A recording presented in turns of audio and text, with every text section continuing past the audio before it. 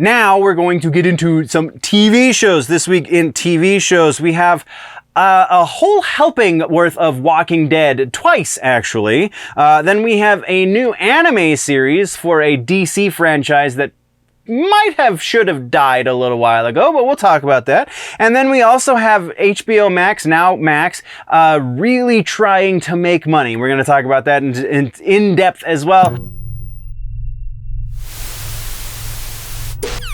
Welcome, nerds, to the TV news. That's a little ambiguous, don't you think? This is a clip that is taken from the larger Week in Nerddom that gets posted up on the main YouTube channel at Generally Nerdy, or youtube.com/Generally Nerdy, however you have to go about it. This section of the news, we're talking about TV shows and episodic shows on streaming networks. I'm still working out a way to say that isn't such a mouthful.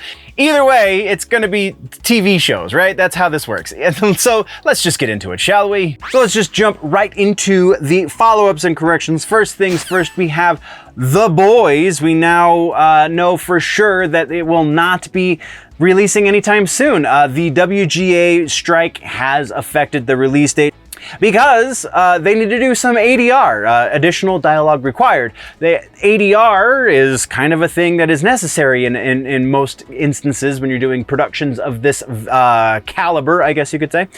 So ADR is necessary, and without writers, you can't really do a whole lot of ADR.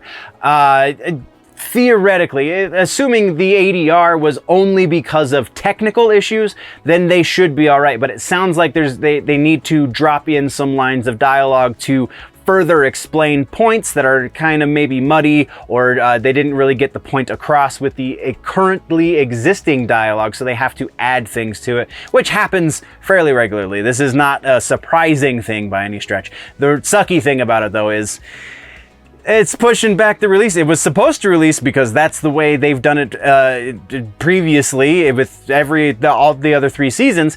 It was supposed to release sometime around now. It was supposed to be probably by the end of July. They never announced a proper release date, so we can't say that for certain, but the assumption is that they were going to be releasing sometime this month for the show, and now they can't. So we'll be keeping tabs as much as we can. From there, we got a follow-up on the Rick and Michonne Walking Dead series. We now know officially that it's going to be called Walking Dead, Rick and Michonne. Yeah, just it's confirmed now. We have like official title artwork and stuff. So there was a working title. I don't remember what it was because I didn't write in the notes because, say it with me now, I take amazing notes. But yeah, it is officially now being called Rick and Michonne, so that's what we got. Let's move right along. Next up, we got some trailers to talk about. First up is Suicide Squad is getting an anime. Yeah, animated series for the Suicide Squad from Warner Brothers Japan. Yeah, this is very interesting. New series, it's called Suicide Squad Isekai, and it was announced at the Anime Expo just last week.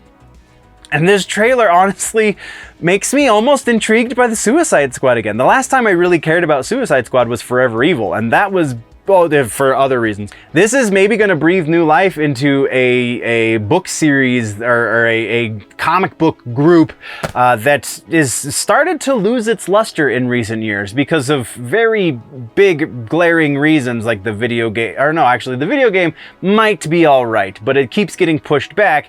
But then we have the 2 movies that did lukewarm at best, and yeah, that kind of does a lot of negative things. The other trailer that we have to talk about this week, though, is Walking Dead. Also, Daryl Dixon. We got a proper trailer for the Daryl series, and this looks a lot. As much as the Maggie and Negan series, the Dead City series, is kind of furthering the main story, it looks like the Daryl furthering the feel of the main story. I should say. Looks like the Daryl series is going to be a lot more isolating and a lot more just Norman Reedus on screen acting his balls off. And I'm super duper here for it because, I mean, Norman Reedus, come on now. Yeah, so go check out the trailer. It's pretty short. It's doing all of the right things though, because this is another reason to love The Walking Dead.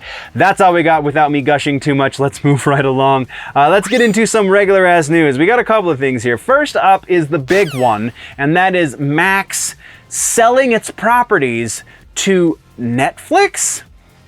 And also kind of more if we're having this proper conversation. But the thing that kind of the impetus for this is Max, I'm sorry, I'm going to keep doing that for probably another month.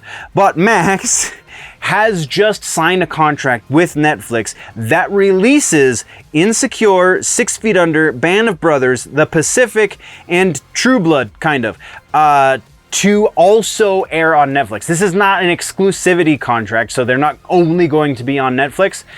This is actually the exact opposite. This is a non-exclusive contract, meaning they will exist on both Netflix and Max, with the exception of True Blood. True Blood is actually going to be existing on 3 different platforms. Just depends on what country you're in. So if you're in the States, True Blood exists on Hulu as well as Max. And then if you're outside of the US, then it is going to be on Netflix as well as Max. So just kind of a little bit confusing, but we've actually seen this kind of happening for a while, specifically with Max, because previously they canceled some shows. I'm looking at you, The Nethers, and I'm drawing a blank on the other ones, but Nevers very specifically, because it went over to Tubi, and now you can watch it for free onto Westworld. That was the other big one. Westworld also you can watch for free over on Tubi because they have a contract. But this is different because the Tubi contract means it's only on Tubi. The Netflix contract means it's on both, which is interesting. Is this going to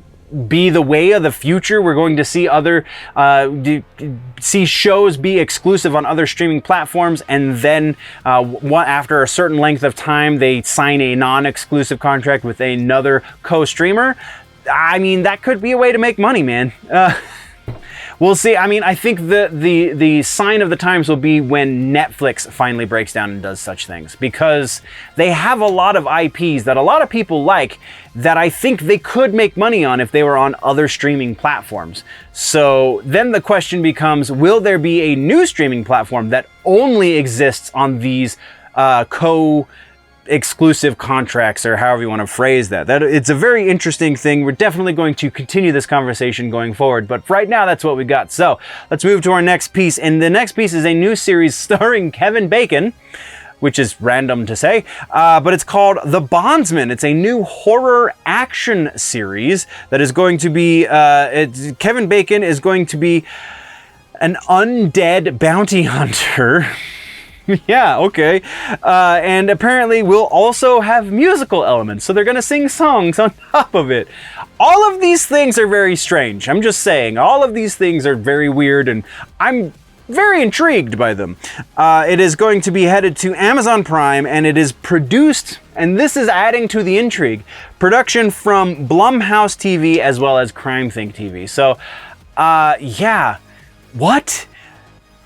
Sign me up, because yes, and yeah, that's all we got for regular ass news. So let's get into our suggestions, and I mean, you should probably have guessed it by now. This week's TV streaming suggestion is Dead City, Walking Dead, Dead City. We're 3 episodes deep. If you really dug Walking Dead at its peak, I'm saying like seasons 5 through 8, then you're definitely, let's take that back just a step. Let's say season 3, skip season 5, 6, and then back in on 7 and 8. That was, I would say, the peak of The Walking Dead. This is very much in line with that, I think. And kind of even ramps it up from there, because we just get a little bit better cinematography, we get a little bit of everything from here. I'm in love with this series. I no secret that I'm a big fan of The Walking Dead to begin with, but like, Dead City is kind of, I would almost argue, at least as good, maybe even better than the OG series. Go check it out and tell me what you think. Once again, nerds, this has been the TV and streaming news for the week, taken from the main show, The Week in Nerddom, which is posted on the main channel, youtube.com/generallynerdy. Thank you for joining me here, nerds. Before we go, always remember that if it's generally nerdy, it's probably here.